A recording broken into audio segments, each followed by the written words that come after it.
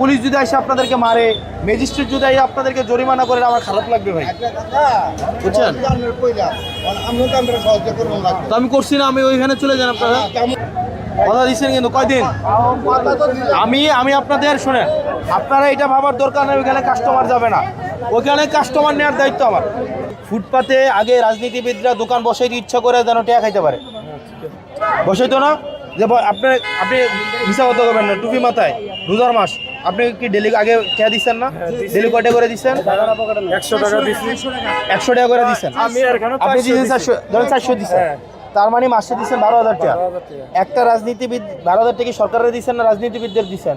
যারা রাজনীতি করেন তারা দিচ্ছেন 12,000 টাকা দিচ্ছেন। তাহলে 12,000 টাকা দিয়ে যদি বেড়ায় এরকম ধরেন 50টা দোকান বসাইতে পারে, বেড়ার 5 লাখ টাকা ইনকাম নাকি? বেড়া ইচ্ছা করে চাইছে ফুটপাতে দোকান বসুক, বেড়া ইচ্ছা করে চাইছে। এখন আমরা আপনারে দোকান তো দিতেছি কোথায়? আপনার উপজেলা পরিষদে।